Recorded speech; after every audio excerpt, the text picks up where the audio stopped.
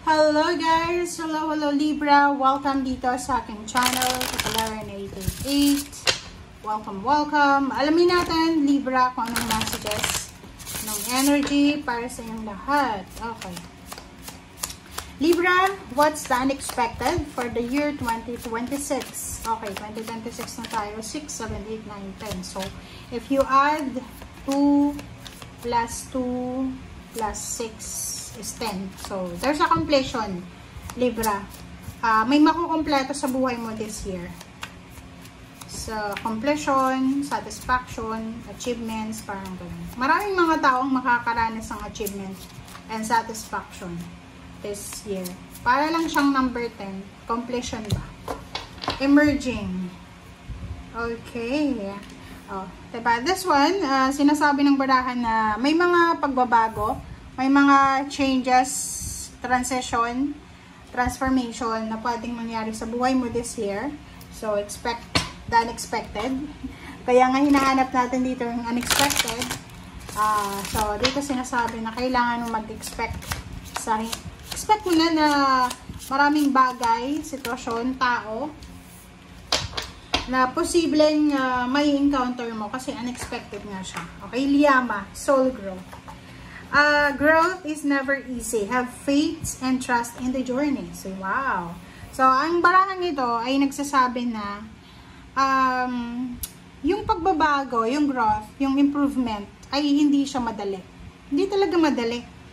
Kahit nga sa loob ng trabaho, hindi madali na ma-promote. Hindi madali na lalo sa panahon ngayon, uso ngayon yung 6 months lang, 'di ba? Pag hindi na renew, wala na. So dito sinasabi ng baraha sa iyo na growth is never easy. Hindi madali yung progress, pero kailangan mo magkaroon ng faith and trust sa Panginoon, sa sarili mo at sa journey mo. Okay. Wow. Ang ganda ng mga messages ng baraha sa 2026. Interesting siya, guys. Kasi yung 2025, honestly lang talaga. Parang ang bigat lang, 'di ba? Mabigat kahit kahit kayo makapagsasabi na mabigat yung 2025 lalo na sa tawag dito, yung mga readings ang bigat din. Parang emotionally burden yung lahat ng tao. Pero ngayong 2026, parang siya, mayroong hope, may pag-asa na nararamdaman ng mga tao.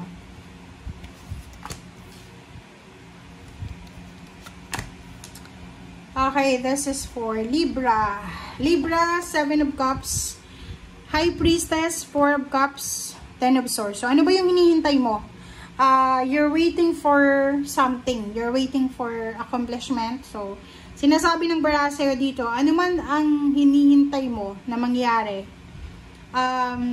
sinasabi ng baraha sa'yo na you have choice and option na maghintay.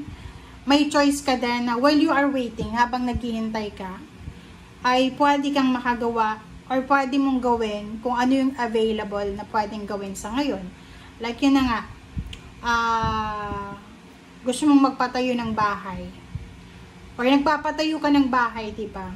So while nagko-construct pa lang ng bahay, hindi naman ibig sabihin gusto mo nang tumira doon, diba? Kasi tayo gusto nating tumira, titira tayo doon. Hindi, minsan titira tayo malapit sa pinagpapatayo ng bahay natin para i-check yung pagtatrabaho. Parang ganun. Or kung ano yung available sa ngayon, may choice and option ka na yun muna while you are waiting. Parang naghihintay lang yan ng visa eh. Diba? Alam mo, nag-apply ka ng visa, gusto mong mag-travel, gusto mong magtrabaho sa ibang bansa, mag-migrate.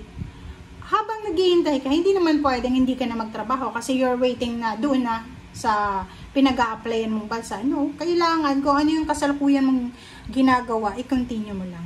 High Priestess, huwag tayong magpadalos-dalos sa taong ito. Okay? We need to be careful. We need to be logical. Maging matalino tayo sa mga ginagawa natin this year. And 4 of Cups, sinasabi ng baraha sa atin na ano man ang mangyari, there's emerging ano man ang mangyari sa taong ito, huwag tayong matatakot na sumubok ulit or huwag tayong matatakot na lumaban.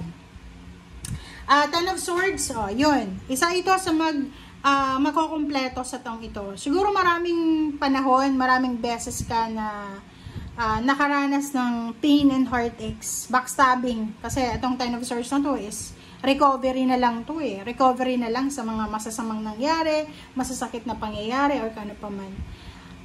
This year, kumbaga marami kang pinagpipray sa Panginoon. Marami, siguro may kapamilya ka na pinoproblema mo, pasaway, ganito, ganyan. Ang taong ito, sinasabi ng baraha sa'yo na makakatanggap ka ng tawag dito, renewal. Makakatanggap ka ng recovery ba? Okay?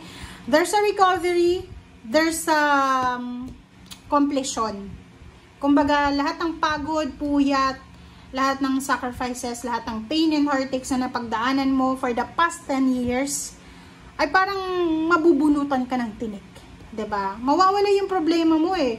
Yung tao, halimbawa kung may tao na pasaway or yung taong ito na siya yung gumagawa ng problema, posibleng ang taong to ay kusa ng aalis sa buhay mo, or yung taong ito ay bigla niyang marirealize na kailangan ko talagang tumigil na eh. 'Di ba? Parang gano'n. So, completion, achievements, and wish fulfillment ang nakikita natin dito. Okay, next card natin is Prince of Swords, and wow. So yun, you need to be strong guys ha. You need to be strong kasi halimbawa kung 10 years ka nang nagsasuffer sa emosyon, sa trabaho, negosyo, or ano pa man, ang harvest season mo is 2026 talaga. So, maraming good news, maraming balita, maraming information na hinihintay ka na mabagal siya dumating eh. Pero this year ng 2026 ay mabilis siyang darating sa'yo. So, since mabilis siya, matagal mo siyang hinintay, ang kailangan lang dito, ang awareness lang dito is huwag kang magdedesisyon ng mabilis din.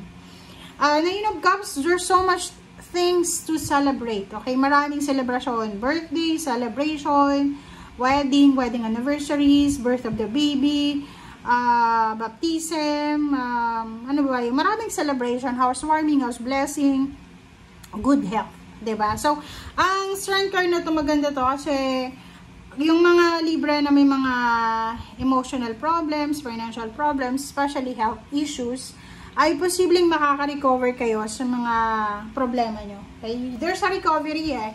There's a completion. There's a, yun nga sabi ng emerging na yan, maraming magbabago. Maraming mawawala. Ang pinaka nakikita natin ditong mawawala is yung mga taong gumagawa ng problema sa'yo. Especially kung anak mo yan, hindi natin alam kung anong gagawin niya para hindi na siya maging pasaway. So, yun guys ang sinasabi ng baraha. Good luck sa'yo. Kung ano man ang magbabago na to, deserve mo yan. Okay? Thank you guys. Bye!